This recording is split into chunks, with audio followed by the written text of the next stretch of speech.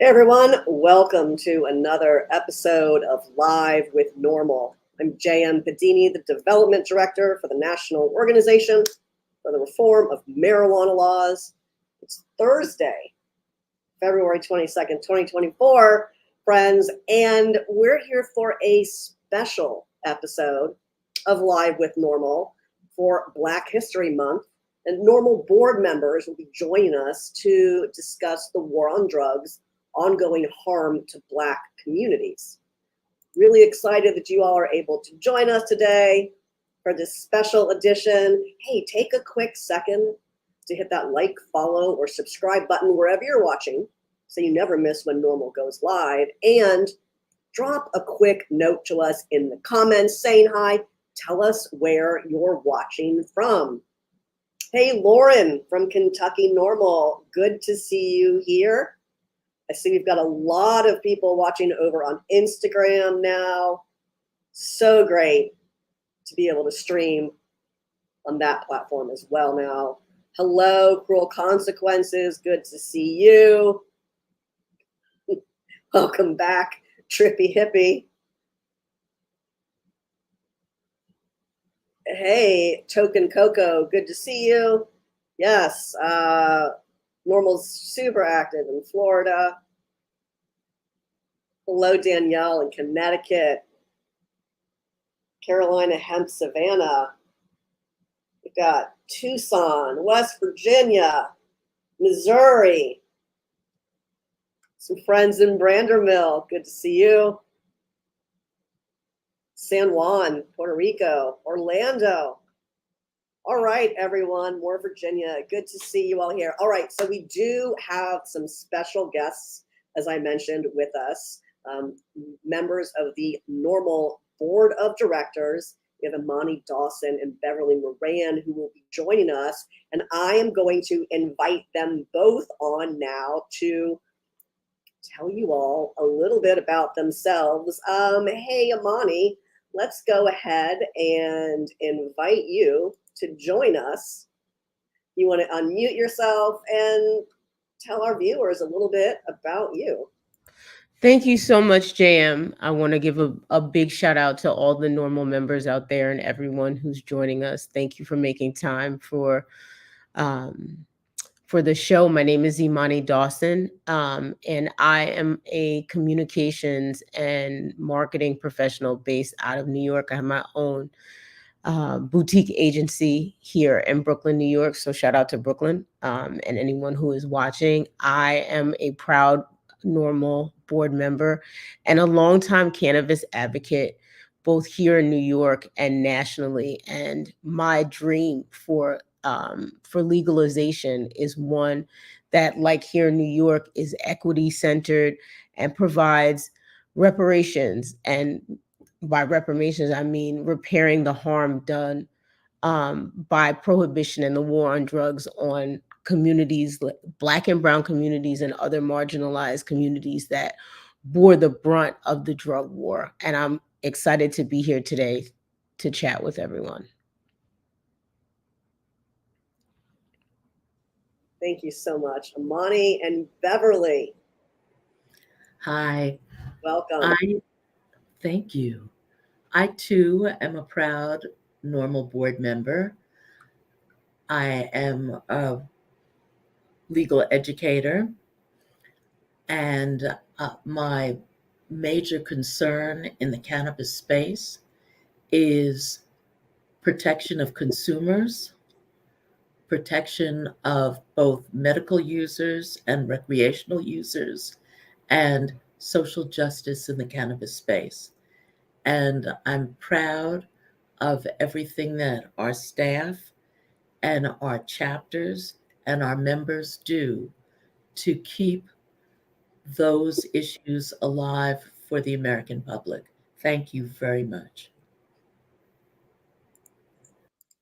Thanks. Thanks so much, both of you, for those great introductions. Friends, if you have questions for Beverly or Imani as we're talking, please drop those in the chat. I'm going to do my best to keep up with all of you and get those questions to our panelists On Instagram, I'll have to read them, but on Facebook, on YouTube, on Twitter, X, and LinkedIn, I should be able to see those and share them on the screen as well. Hello, Jamie from New York. Really good to see you here today.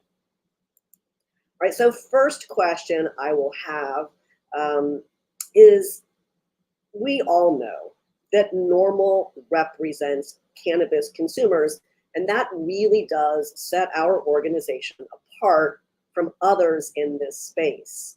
I'll start with you, Imani. Imani, what is the unique value that NORML gives to the Black?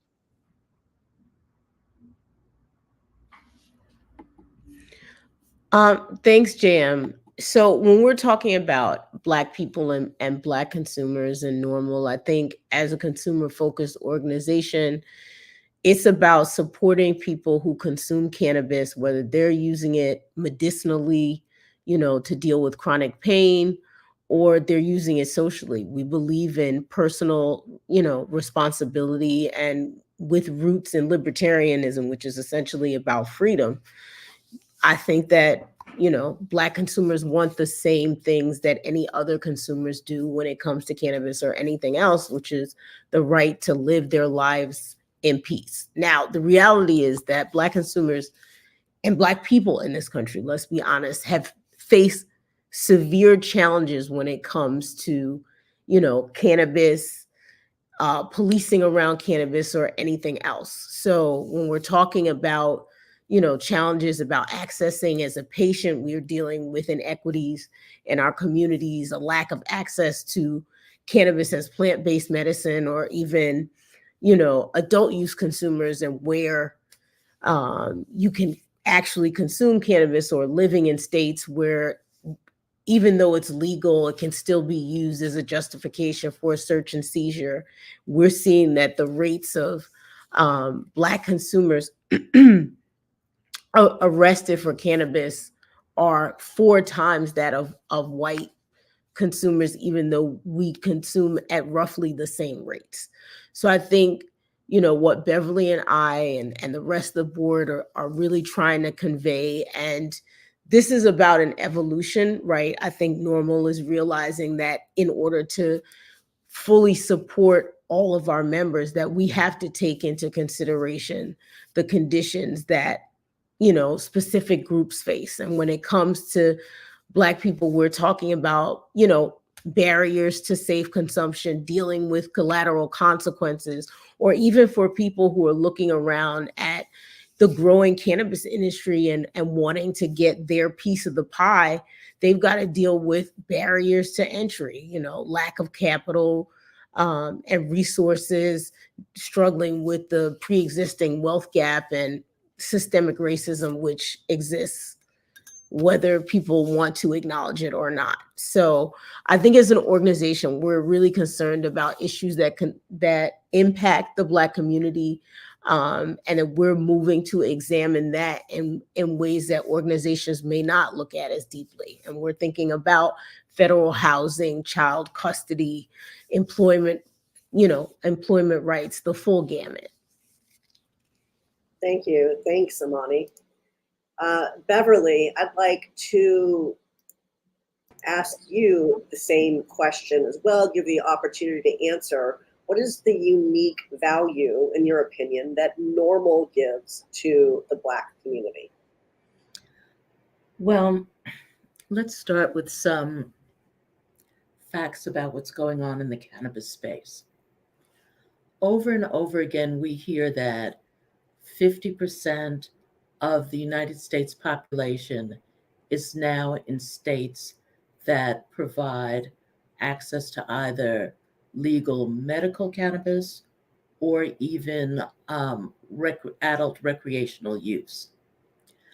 But when we take those demographics and we really lay them across a map of the United States, we can see that over 50% of the Black population is in the 13 states that still have total prohibition. And that means that over 50% of the Black population is still subject to arrest. And that's something, that's where NORML started. The idea that consumers should not be subject to arrest. So we still have a large job to do there. NORML has always been an organization that has thrived in the space where cannabis was illegal. We've provided places where people can deal with the stigma. We've provided places where people could organize to change the laws. We've provided places for people to meet and to get access to cannabis in places where it was illegal and where it remains illegal today.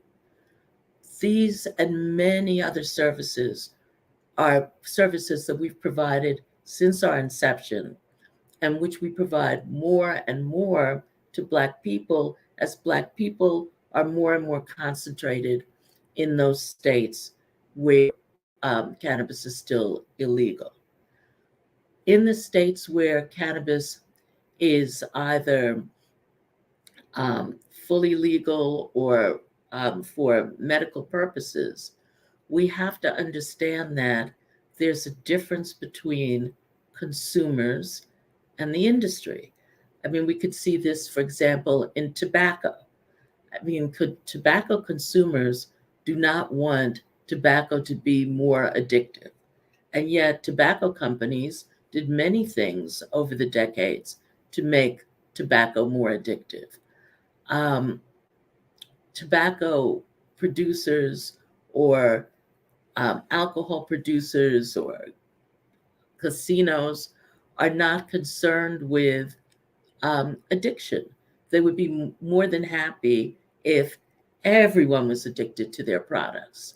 These are the issues that NORML deals with as a consumer representative: how to keep marijuana safe, how to keep it legal, how to keep research going so that people understand the costs and the benefits, how to keep people out of jail. These are all things that affect all consumers, and because of our concentration in these states that have absolutely no legal access, we provide more to the Black community than many of the other cannabis organizations. Thanks so much, Beverly.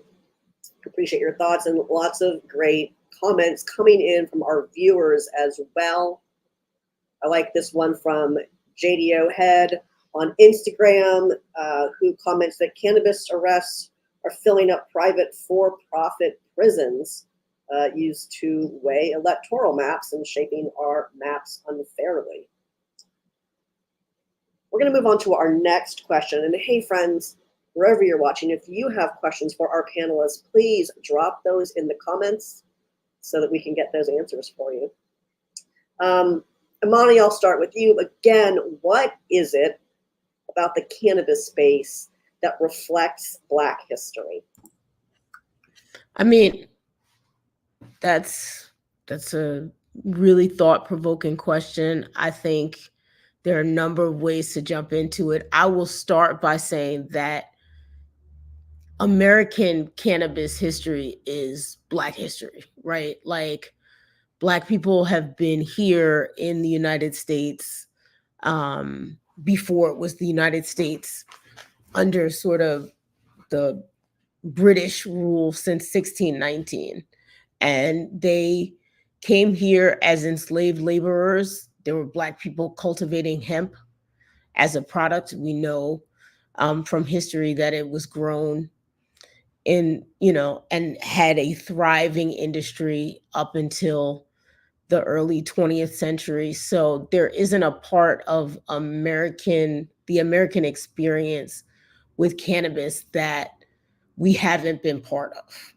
as Black people. And if we talk about the most recent history with cannabis, then of course we have to talk about how Black people and Latinos were targeted almost since the beginning of regulation by this war on drugs and its apparatus and prohibition and all the propaganda around prohibition, right? And how the US government first painted cannabis as this insidious substance, right? Because immigrants were bringing it across the border, and then those immigrants connected with Black artists who started using cannabis and popularized it in songs in the 1930s, right? And then, you know, we know that Anslinger used the popularity as a justification for prohibition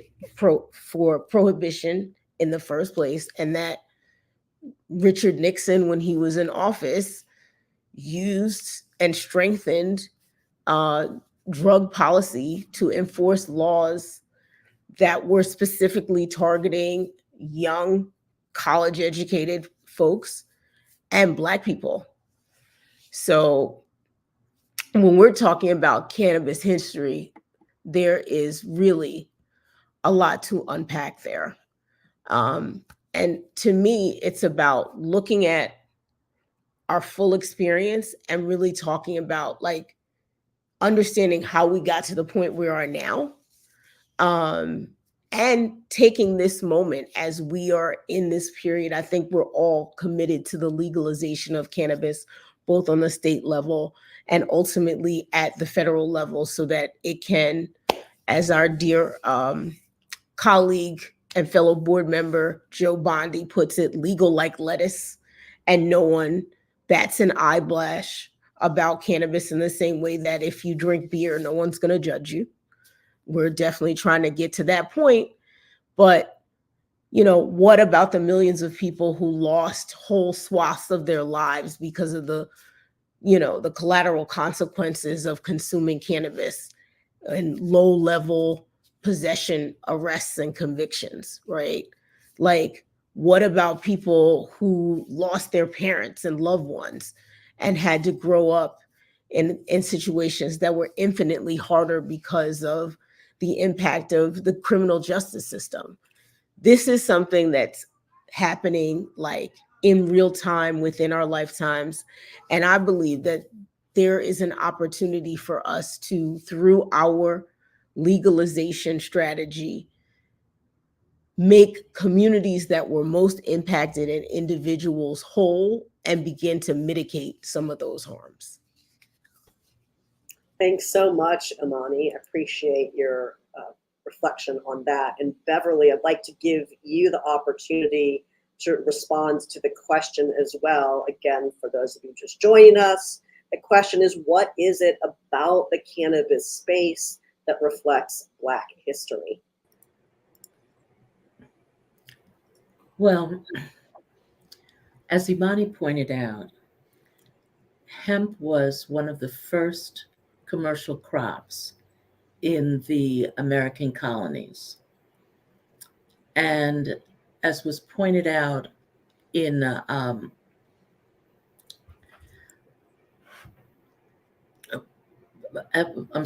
before the Kentucky legislature, when there was an attempt to legalize in Kentucky, cannabis was always known as a slave crop. It's a very hard crop to bring in. It requires a lot of physical labor, and particularly in Kentucky, where it was once the major crop, it was known as a slave crop. Now, how does that connect to us today?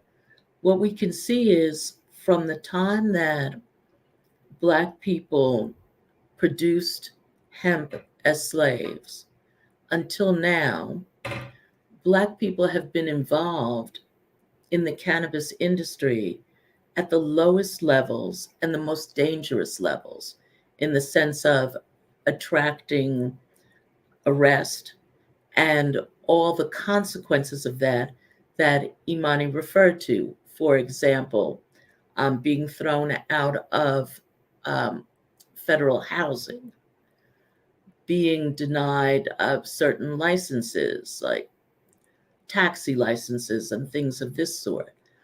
Over and over again, Black people have suffered in helping to produce a crop or to sell a product that white people have enjoyed with impunity. So it's very important for us as a part of the cannabis movement to understand that history and to try and ensure that in states where cannabis is made legal, that there is some attempt to repair this suffering. One of the comments that was made on the chat was that cannabis arrests fuel private prisons. That's not just by chance. It's because cannabis users are basically upstanding citizens. I mean, if you're going to have a private prison, do you want maniacs in there, or do you want people who are just trying to lead their lives, deal with their pain, have some quiet sociability with their friends, and not bother anyone? Of course, you would rather have those people arrested and put in prison where you can exploit them by charging them $1 a minute for phone calls and making them work for 7 cents an hour and all this other nonsense. So we started in the cannabis business as slaves, and many of us are still being used as slaves as a result of the cannabis business. And this is something that really has to stop. And that I thank everyone who's on this broadcast and everyone who's in this movement who has set aside their time, their energy, who has risked the stigma to help all of us get through these terrible, terrible decades and centuries where this plant has been used for our suffering. Thanks so much, Beverly. And while you're here, I want to share a comment from Instagram. JDO Head asks, how do we fight this problem? There's so many ways people can get engaged with NORML to take action. Would you like to maybe give some suggestions to our friends watching? Well, if you have a NORML chapter, join it. If you don't have a NORML chapter, start one. If you are not that sort of person, there are events that NORML National puts on that you might be interested in. For example, we had a tradition which COVID interfered with, but which we shall revive, called Lobby Days, where we trained people in how to lobby Congress, lobby the Senate, lobby their own individual, state legislatures, and where we often had members of Congress come and speak to us. So there are a lot of ways that you can get involved, and we would love to have you involved, because one of the things, the original question that we got asked was, what makes NORML different as a consumer-focused nonprofit? And one of the things that makes NORML different is the tremendous energy and contributions of the volunteers who give thousands of hours every year to this movement. Thank you again for that. Imani, what suggestions do you have for our viewers who are wondering how they can help take action? I think, thanks for asking, JM. I think that Beverly did a marvelous job of laying out ways for people to get involved. The lifeblood of NORML is about the members and the chapters doing the work on the ground in their respective states. And I think that making equity, an issue, a priority for your chapter matters. And it also, Beverly talked about lobbying. It's about engaging with your local elected officials as well as your state level elected officials, and adding an equity centered approach to legalization, one that provides automatic expungement, one that um, provides an opportunity for justice involved individuals impacted by um, criminalization to have access to capital and a real opportunity to be part of the process through licensing and technical assistance and support. And, sometimes it's about just talking to your elected officials, calling them, letting them know this is what you stand for, this is what you believe, and if they represent you, they will take your concerns to their respective bodies.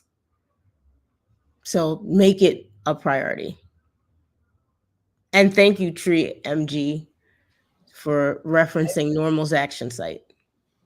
Yeah, our viewers know, they know how to take action with NORML resources. I'm so glad you mentioned that. As a gentle reminder for everyone, Tree, you can head to norml.org/act and take action right now with just a few simple clicks.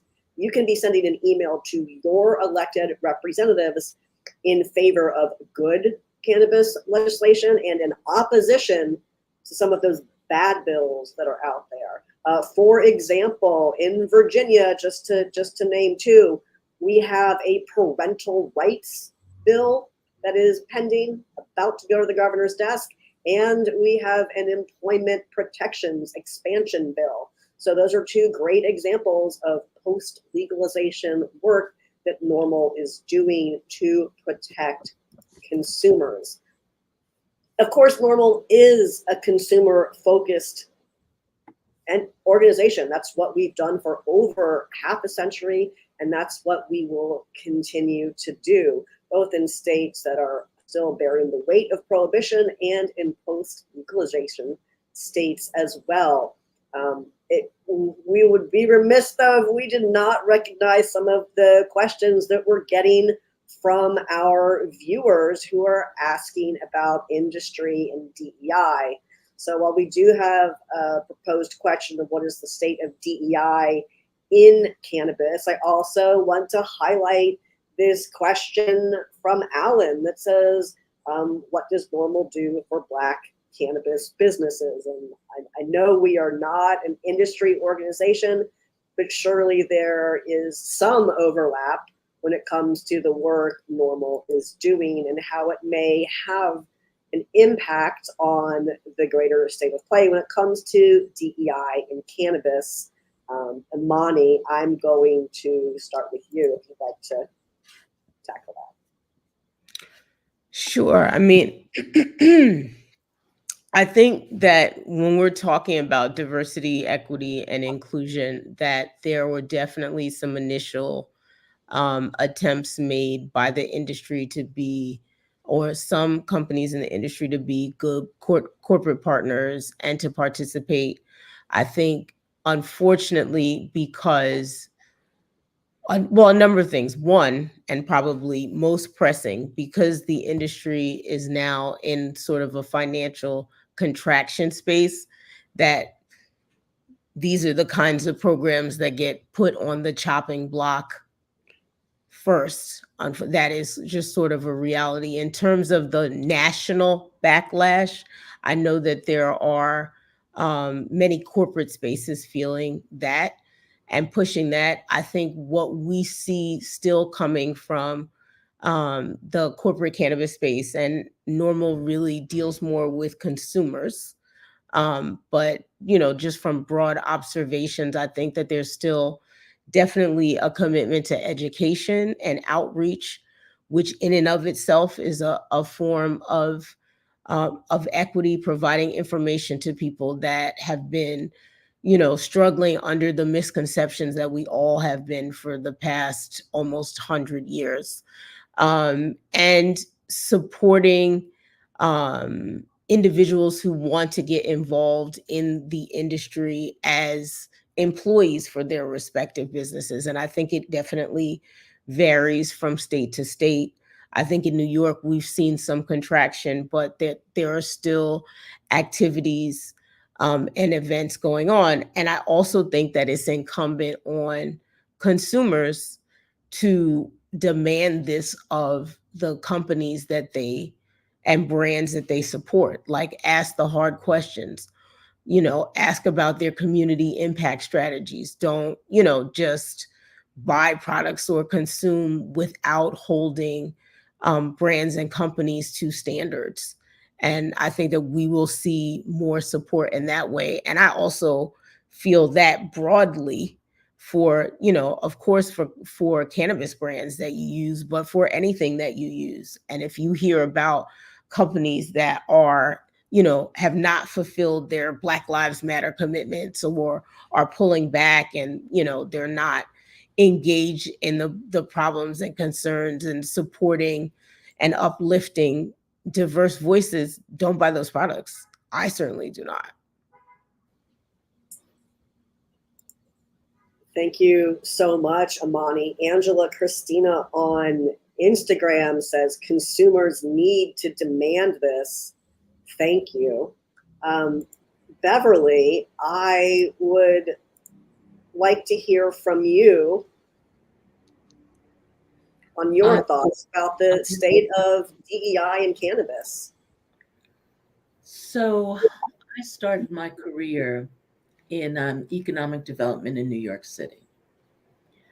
And one of the things that I saw then, which I see in the cannabis movement now, is a lot of talk by multi-state operators and other large players in the cannabis space, a lot of talk about diversity, but very little real action. So one thing that we all need to do, and NORML is a perfect vehicle for doing that, is call that out. I mean, I think that this is what Imani is talking about.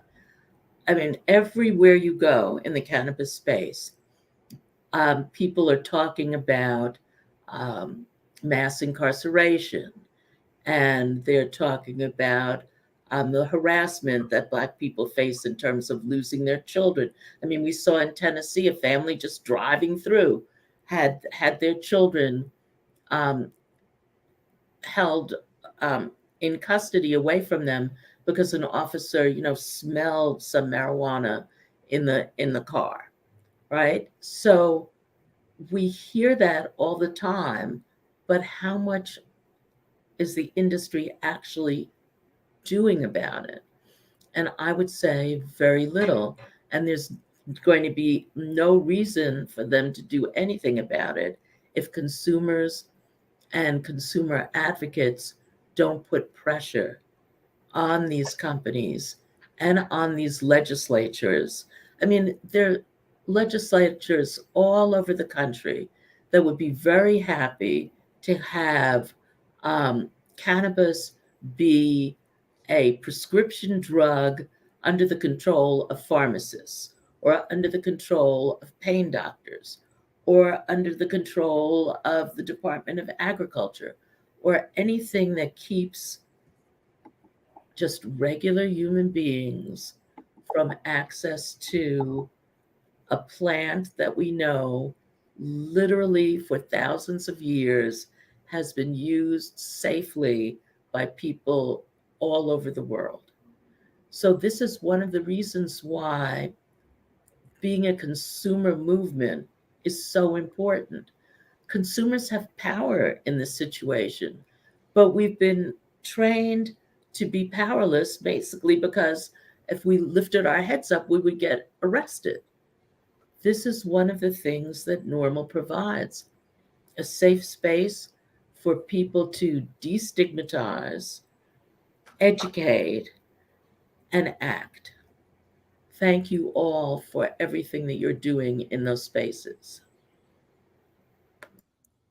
Yeah, thank you, everyone. I really appreciate Alan's comment. Whichever side you're looking at this from, if we were only customers at the end of this, we have failed. Whether you're looking at it from the perspective of being a buyer only instead of building, building economic opportunity, entering the industry, or if you're a consumer and you're not advocating for action, both ways, we're ripe for the opportunity to lose out. Yeah, thank you so much for your comments, Alan. I know you mentioned earlier, you asked what NORML is doing for Black business owners. And I would say that as consumer advocates, we are fighting for a space where everyone has access to the plant as a consumer, but also that everyone has access to the potential economic opportunities. And for people from our communities, that often means technical assistance and support, particularly since, using my state as a gauge, for example, it's impossible to open up a retail operation in New York without $500,000 to $1 million. And we have historically been denied the traditional access to capital. We have a wealth gap to contend which means that we probably don't have an angel network. Your mans and them probably not going to be able to come up with $500,000. So we really want to see, and I will speak for myself, I really want to see a space in all state, at the state level and at the federal level, where entrepreneurs get a real shot at the industry by having the technical support and the resources that they need to really launch and successfully run their business. So that is certainly there in our hearts as we are advocating for consumers. May I add something about that? Absolutely. Thank you.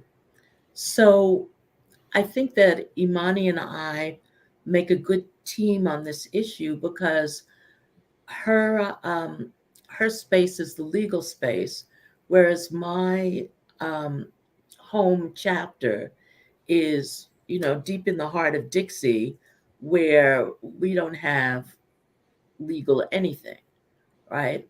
And one of the things, so a lot of what I've been talking about is still in the prohibition space, but I'd like to move now to the legalization space and how it affects Black businesses and Black consumers. So one of the things we see over and over again is that when there's a legal space, that legal space is generally not in Black communities, or even in places that are relatively easy for people in Black communities to get to. And so one of the things that we see is the legal market, the high price market with the dispensaries and the licenses, and we see the legacy market, which continues in Black communities. Well, the problem is, even if you're in a legal state, if you're in the legacy market, you are subject to arrest. So people who are consumers in the legacy market have difficulty. And let's be clear. For example, in New York, when you had that stop and frisk, and 500,000 Black people were stopped and frisked every year, right? That was not because anybody was concerned about marijuana. Marijuana was just a way to harass Black people. And this difference between the dispensaries and the legacy market is also a way to harass Black people, not just as consumers, but also as business people, because the hope was that Black business people in the legacy market would be able to transition into the, quote unquote, we say the legal market, I would say the regulated market. It's good for consumers for cannabis to be regulated, but it's also good for consumers to be in a situation where no matter how they obtain their cannabis, they are not subject to harassment and arrest. So these are issues that continue long after so-called legalization.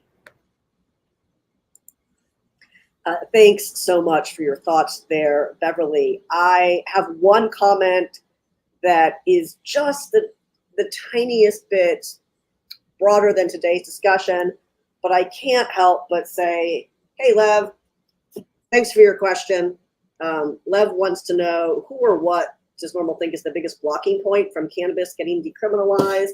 Lev, I don't know if you're aware of this, but elections have consequences. And regardless of where you are, whether you're voting in a federal or your most local election, if you elect people who do not support meaningfully the policy change you want to see, it's going to be a lot harder to make those policy changes a reality. And whether you're talking about cannabis or tax rates, it doesn't matter. You have to vote for people who want to see those policy changes.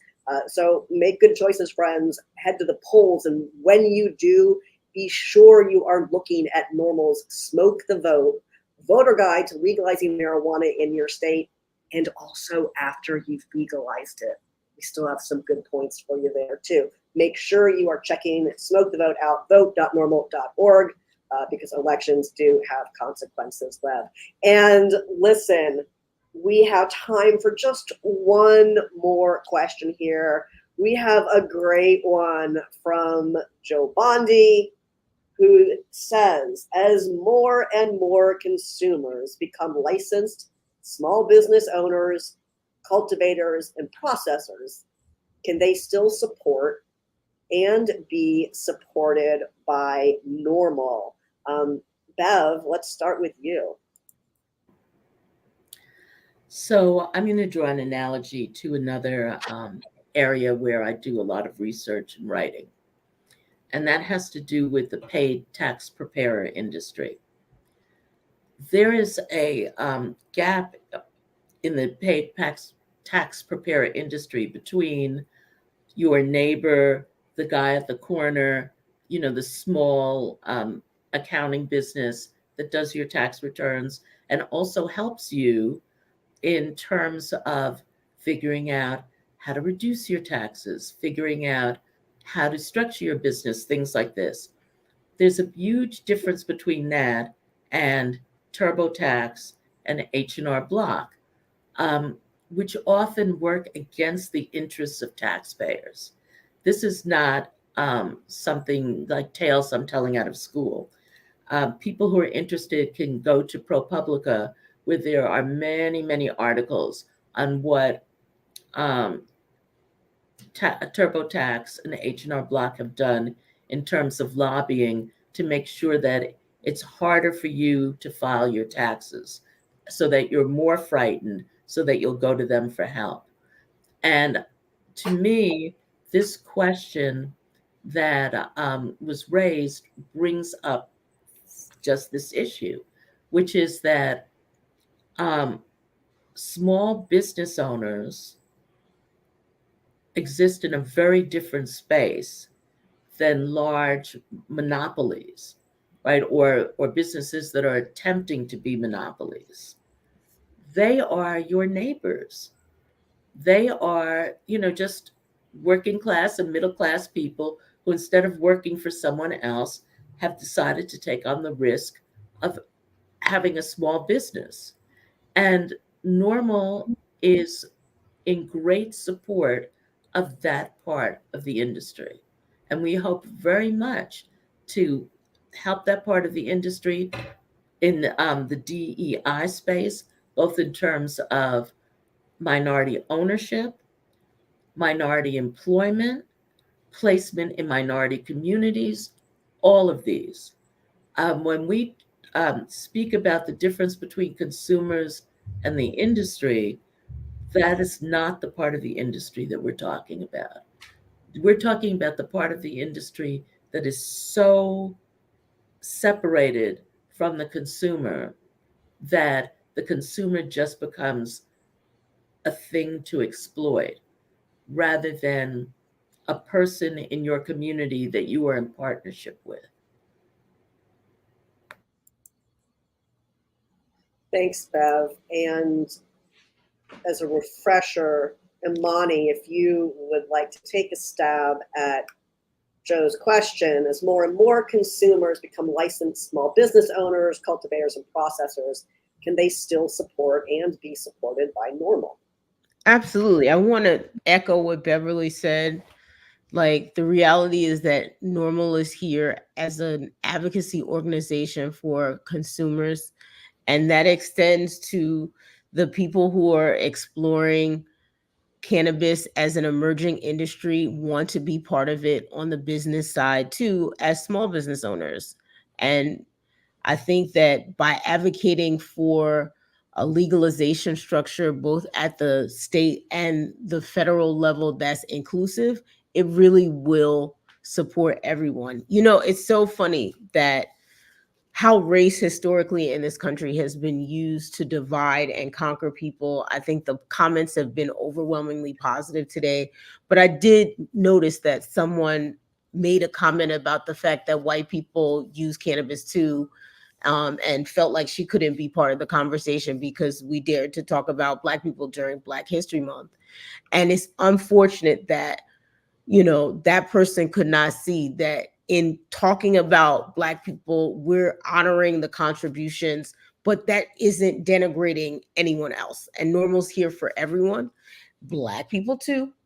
The space matters. And I personally believe, like, when we look at equity measures, whether we're talking about affirmative action or in your state, if they're, you know, minority women business enterprise initiatives, it really does lift everyone up. And that if we approach this space in the way that signals that there is a place and a space for everyone, Black, Indigenous, Latino, white, queer, straight, whomever, we as an industry and as a country will be better for it. Thank you so much, Imani. And as one final note, I'm going to also weigh in. And Joe's question is, can businesses support NORML? Absolutely. You might think that that's where a lot of our support comes from, but you can take a look at our sponsors page and see that that's not really the case. The industry has largely taken root after NORML's grassroots, NORML's advocacy has done the work of clearing the path. And so we welcome the support of the cannabis industry. Now, we're here to fight for consumers. We always have and we always will. But we'd love to have your support in making sure that their voices are heard first and heard the loudest. Friends, this has been a really wonderful conversation. Thanks for taking time out of your Thursday afternoon to visit with us. Please join me in thanking our board members who have graciously shared their time and thoughts with us today, Imani Dawson and Beverly Moran.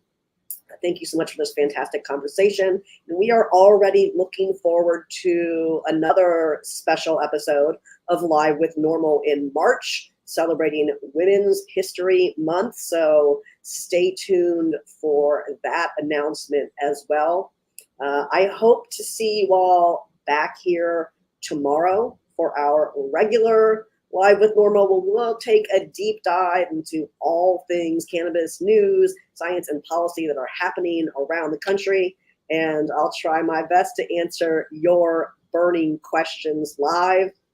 As always, it's been fantastic talking with all of you. Thank you so much, Beverly and Imani, for joining us. And friends, wherever you're watching, before we say goodbye, take a quick second to hit that like, follow, or subscribe button so you never miss when NORML goes live. And speaking of subscribe, today's Thursday. That means NORML News of the Week is about to start hitting inboxes at 3 o'clock and again at 4:20. So if you're not getting NORML News of the Week, you're missing out. Make sure you head to norml.org/subscribe. Check that subscribe box. Make sure you're also getting the weekend weed read that comes out on Saturdays. It's perfect with your morning cup of coffee. And hey, I hope to see all of you back here tomorrow. As always, thanks so much for joining us, and I'll see you next time. Bye-bye.